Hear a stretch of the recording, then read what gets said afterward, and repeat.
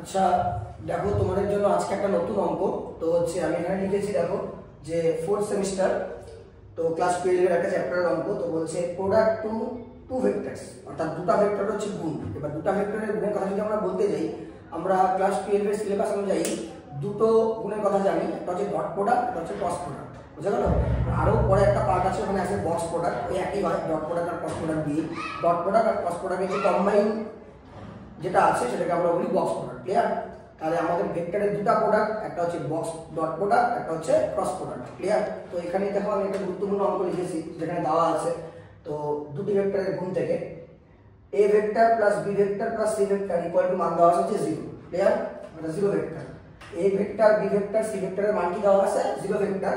আর তারপর দেওয়া আছে এবং এ ভেক্টরের মান দেওয়া আছে 6 মডের মান, বি ভেক্টরের মড বি মান দেওয়া আছে 4 আর মড সি মান দেওয়া আছে 3। অর্থাৎ এই কন্ডিশনগুলো আমাদের অঙ্ক করার সময় কাজে লাগবে। মডের মান 6, মড বি মান দেওয়া আছে 4 আর মড সি মান দেওয়া আছে 3। ক্লিয়ার? আর আমাদের তাকে এখানে বের করতে বলছে বি আর সি ভেক্টরের মধ্যবর্তী কোণ নির্ণয় করো, বা এরকম বলতে পারে তোমাদের যে বি এবং সি ভেক্টরের মধ্যবর্তী কোণ না বলে বলতে পারে যে মধ্যবর্তী কোসাইনের মান বের করো। ক্লিয়ার? এবার যে কোনো একটা চ্যাপ্টার শুরু করার সময় আমাদের বেসিক জিনিসগুলো জানা উচিত। বোঝা গেল? তো আমি অ্যাজিউম করে নিলাম যে মোটামুটি তোমরা যদি ভেক্টর চ্যাপ্টার শুরু করো তাহলে ডট প্রোডাক্ট ক্রস প্রোডাক্ট তোমরা জানো। তো একই জিনিসের আমি একটু বলি, যদি ক্লাসে অফলাইন করানো হয় তাহলে সেখানে প্রপার ডেফিনেশন দেওয়া যায়। তো অনলাইনে প্রপার ডেফিনেশন বা বেসিক গুলো যদি আমি বোঝাতে চাই তাহলে অনেকটা টাইম লেগে যাবে। আমি এখানে নর্মালি বলি যে দুটো আমাদের প্রোডাক্ট আছে, অর্থাৎ দুটো গুণ আছে ভেক্টরে, একটা হচ্ছে ডট প্রোডাক্ট, একটা হচ্ছে ক্রস প্রোডাক্ট। ক্লিয়ার? এবার দুটো একই জিনিসের ডট প্রোডাক্টের মান হয় হচ্ছে 1।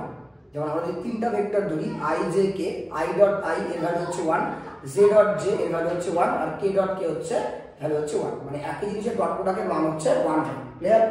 আর যদি আলাদা আলাদা ভেক্টর হয় তাহলে তাদের হচ্ছে ডট প্রোডাক্ট হচ্ছে 0 হবে, অর্থাৎ আই ডট জে অ্যান্সার কত হবে? 0।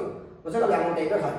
এবার তো আমরা এখানটায় ডট প্রোডাক্ট আর ক্রস প্রোডাক্ট দিয়ে অঙ্কটা করবো। তো আশা করি বেসিক জায়গাগুলো তোমাদের ক্লিয়ার আছে। তো আর না হলে আমি এই ভেক্টর চ্যাপ্টারে একটা বেসিক ভিডিও তোমাদের জন্য বানাবো, যেটা তোমাদের ডট প্রোডাক্ট আর ক্রস প্রোডাক্ট বুঝতে অসুবিধা হয়। তো আমরা তো আজকে অঙ্কটা দেখো, কি গুরুত্বপূর্ণ অঙ্ক দেখে নাও। তো দেখো আমরা যে কন্ডিশনটা দেওয়া আছে একটু লিখে নিব যে A vector plus B vector plus C vector এর মান দেওয়া আছে আমাদের 0 ভেক্টর। ক্লিয়ার?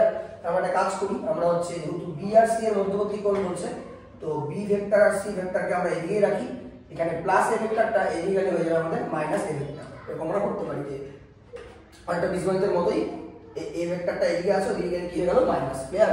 এবার আমরা বোথ সাইড স্কয়ার নিয়ে নিলাম, অর্থাৎ বোথ সাইড আমরা স্কয়ার করব। এখানে কি লিখতে পারি আমরা? উভয় পাশে বর্গ করে পাই। তো কি লিখলাম আমরা?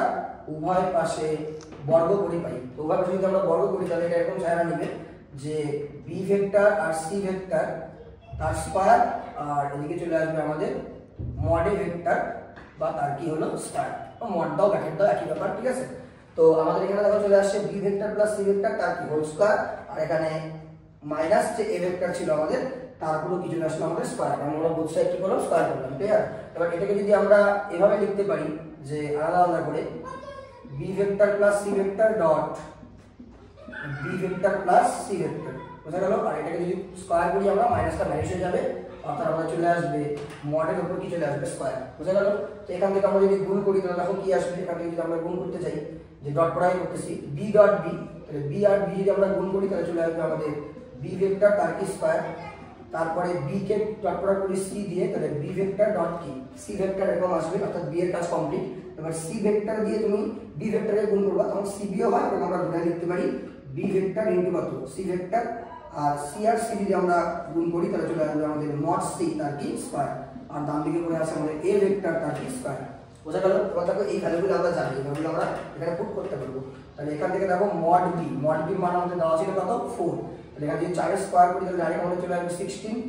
আর এখানে বি ডট সি ভেক্টর যেটাকে অ্যাড করলে চলে আসবে 2 বি ডট সি ভেক্টর। মানে এখানে একটা B vector dot C vector, এখানেও একটা B vector dot C vector, দুটো যোগ করলে চলে আসবে 2bc। ক্লিয়ার? তাহলে এখান থেকে আমরা চলে আসে mod C square, mod C মান দেওয়া আছে 3, তো 3 এর স্কয়ার করলে আমরা চলে আসবে 9।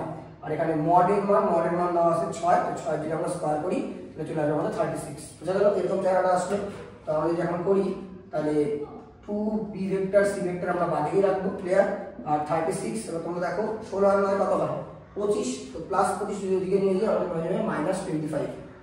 16 আর 9 অ্যাড করলে কত হবে +25, +25 ওদিকে গেলে কি হবে -25। তো এখান থেকে আমরা লিখব 2b.c ভেক্টর ইকুয়াল টু 36 থেকে 25 দিয়ে চলে আসবে আমাদের 11। ক্লিয়ার? চলে আসবে 11। এবার দেখো আমাদের এখানে বলছে যে b ভেক্টর ও c ভেক্টরের মধ্যবর্তী কোণ বের করতে, মানে b ভেক্টর আর c ভেক্টরের মাঝখানে কোণটা আমাকে বার করতে হবে। ক্লিয়ার? এবার দেখো আমরা b ভেক্টর আর c ভেক্টরকে বাদিকে রাখি আর ডান দিকে আমাদের চলে আসলে হচ্ছে 11/2, কারণ 2টা এখানে গুণ অবস্থা ছিল আর এখানে কি অবস্থা হচ্ছে ভাগ অবস্থা, অর্থাৎ b ডট c এর মান কিন্তু আমাদের বেরিয়ে গেল কত 11/2। ক্লিয়ার? এবার b ডট c ভেক্টর তোমাকে বের করতে পারে না, তোমাকে বের করতে বলছে b ভেক্টর আর c ভেক্টরের মধ্যবর্তী কোণ। তো দেখো আমরা এখানে করি b ভেক্টর আর c ভেক্টরের মধ্যবর্তী কোণ একদম ইজি। তো আমরা এখানে একটা ফর্মুলা জানি, দেখো যে b ডট c মানে হচ্ছে তো mod b mod c আর তার সঙ্গে চলে আসবে আমাদের cos থিটা। এটা ডট প্রোডাক্টের সূত্র তোমাদের জানতে হবে, বুঝা গেল? আমি এর মধ্যে একটা ভিডিও বানাবো যেখানে ভেক্টরের বেসিক তোমাদের হচ্ছে নলেজগুলো দিয়ে দেওয়া হবে, বা বেসিক কিভাবে আসে, কিভাবে ডট প্রোডাক্ট হয়, কিভাবে ক্রস প্রোডাক্ট হয় সেটা সম্পর্কে ডিটেলসে জানানো হবে। ক্লিয়ার? তো আমি আগেও বলেছিলাম যে অনলাইন প্ল্যাটফর্মে এতটা ডেপথে যাওয়া যায় না। আমরা যখন ক্লাস ওয়াইজ চ্যাপ্টার শুরু করি তখন প্রত্যেকটা ডট প্রোডাক্ট ক্রস প্রোডাক্ট কিভাবে হয় ছাত্রছাত্রীদের সেগুলো ডেপথে গিয়ে বুঝিয়ে দেওয়া হয়। ক্লিয়ার? তো দেখো এখানে লেখা আছে mod b mod c equal to cos theta, অর্থাৎ b ডট c মানে আমরা ফর্মুলা জানি mod b mod c কি হবে cos থিটা। ক্লিয়ার? তো এটা হচ্ছে আমাদের একটু মনে রাখতে হবে। আর ডান দিকে পড়ে আসছে হচ্ছে আমাদের 11/2। ক্লিয়ার?